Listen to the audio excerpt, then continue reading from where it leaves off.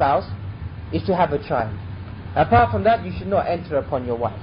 And this has become common in the Muslim society, that people even growing up in this country, that they may be married, but they only enter upon their spouses to have a child. And then they have their mistresses to do whatever they want to do, because they don't seem to understand the concept of marriage. When Allah subhanahu wa ta'ala stated it clearly inside the Quran, that they are your spouses, and come to them any which way you like. فَأْتُوا حَرْثَكُمْ أَنَّمَا شِئْتُمْ. Come to your wife whichever way you want, إِلَّا الدُّبُرِ, except for from the behind. This is the Quran. So when people shy away from topics and say, look, that Islam doesn't talk about these topics, this is incorrect. The Quran in Surah Al-Baqarah is clearly stating about the role of how you enter upon your spouses, that they are a till, they are a fertile land for you. Enter the land whichever way you want. And that's why you find even amongst the companions asking in detail questions about how to enter upon their spouses, how to behave. And that's why we find that there is only one man, the Prophet Muhammad sallallahu alaihi wasallam, his internal affairs have been exposed to the whole of humanity. Li'ibra, for a lesson and an understanding, and for us to take heed from that.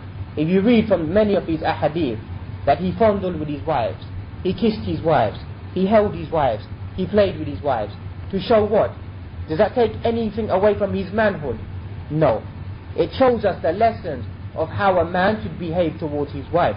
The way that he or she should conduct herself, even to the extent that they would bathe with one another. And even though some ulama have gone into discussion about this, but just to highlight the issue of the way of the relationship between the husband and the wife. And we find that this essence of being in pairs is clearly been mentioned inside the Quran. وَمِن كُلِّ شَيْءٍ خَلَقْنَا زَوْجَيْنِ لَعَلَّكُمْ تَذَكَّرُونَ. Everything has been created in pairs, لَعَلَّكُمْ تَذَكَّرُونَ, that you may take heed from this. Likewise in Surah Yasin, سبحان الذي خلق الأزواج كلها. Glorified be Him, Allah subhanahu wa ta'ala, who's created everything in pairs.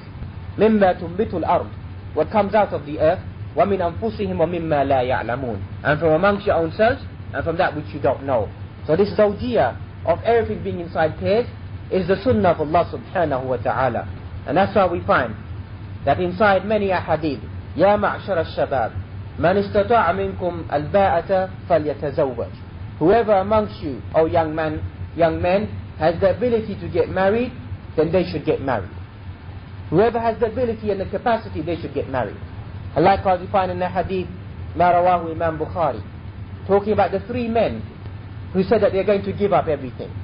They're going to pray every single night, one of them, and not break his prayer. The other one is going to fast every single day. And the third one said, I'm going to remain away from women.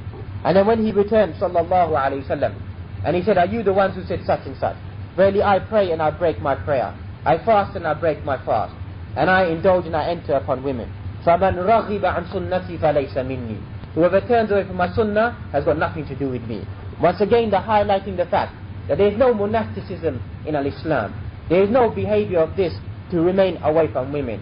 This is a natural creation which Allah subhanahu wa ta'ala, فِطْرَةَ اللَّهِ فَطَرَ النَّاسَ عَلَيْهَا. This is the condition which Allah has placed inside human beings. That they have this raghbah, they have this zeal, they have this desire to be entering upon the opposite spouse. And that's why we find that the way, the methodology of the prophets, وَلَقَدْ أَرْسَلْنَا رُسُلًا مِّن قَبْلِكَ وَجَعَلْنَا لَهُمْ أَزْوَاجًا وَذُرِّيًّا. This is from the way of the prophets, that we have sent messengers before you, and all of them married, and all of them had a genealogy, all of them had a lineage. And even Isa ibn Maryam, alayhim as-salam, that he will return and he will get married once again to fulfill the sunnah of all of the prophets. And we find that the importance of marriage, ما رواه Imam Bayhaqi, that whoever marries, when a servant of Allah marries, he has completed half of his religious obligations. And for the other half, he should fear Allah subhanahu wa ta'ala. And only those people who are married can understand this hadith. You may feel that you are fearing Allah subhanahu wa ta'ala, but your iman is only half complete. It is only until you complete the contract of marriage that you begin to develop full control over yourself, over your lust and your desires and your glances and your speech and everything. And the whole of your heart is concentrated to Allah subhanahu wa ta'ala. That is the sunnah that He has laid down inside bashar, inside the human being. And we find that this inclination has been mentioned inside the Quran as well. زُيِّنَ لِلنَّاسِ حُبُّ الشَّهَوَاتِ مِنَ النِّسَاءِ وَالْبَنِينَ. That his craving and his desire has been placed inside human beings. And what are those craving things? An-nisa wal-banin. The love of women and the love of children. And that's why we find in the hadith, تَزَوَّجُ الْوَدُودُ الْوَلُودُ, marry the loving and the fertile.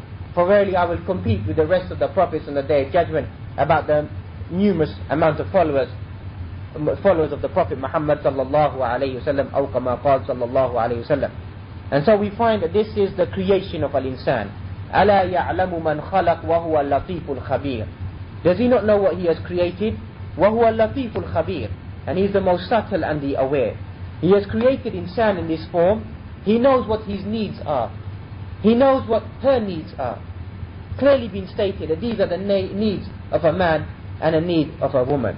However, we find that if we don't begin to address this topic, that the same woman or the concept of marriage tends to become a fitna.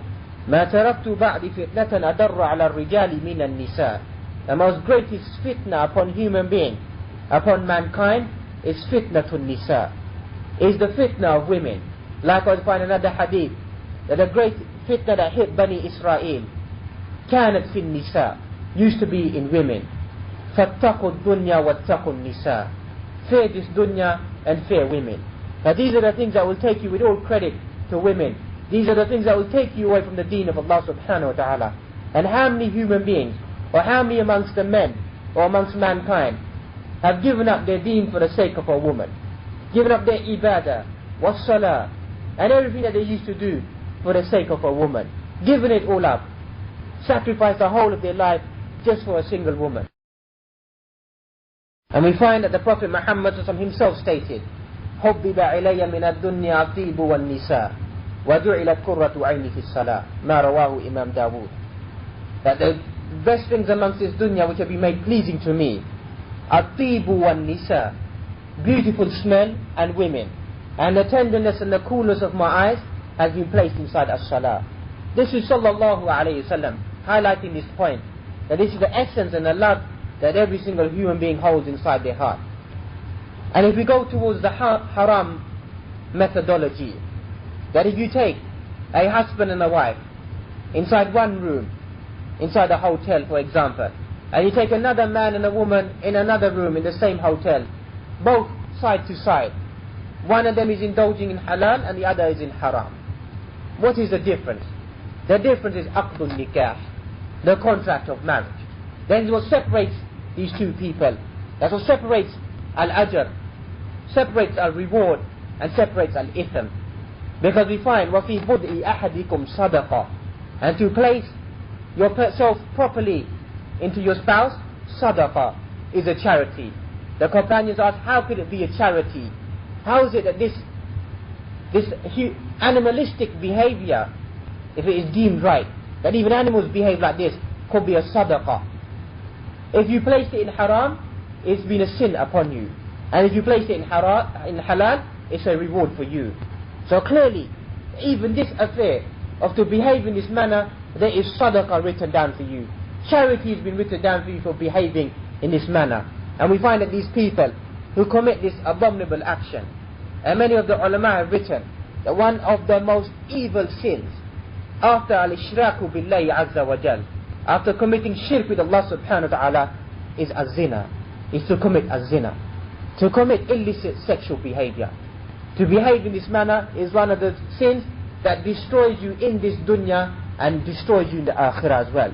And clearly, the disease of AIDS which is spreading amongst this community, amongst the whole of this community, upon the whole of this earth, is clearly a sign upon their lewdness, their fahsha, their evil and immoral behavior, that a sin has been thrown upon these people.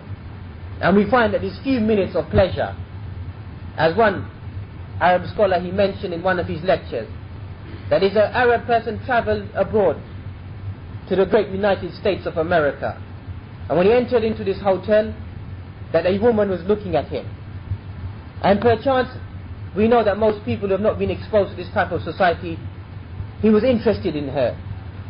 So he called her over, offered her a drink, began to converse with her, and then he went upstairs and did whatever he had to do. When he woke up in the morning, and he said, Aina Habibi, Aina Habibi, where's my loved one, where's my loved one? He looked around, and she had gone. He walked around the room, went into the bathroom, and there he saw with red lipstick written on the mirror,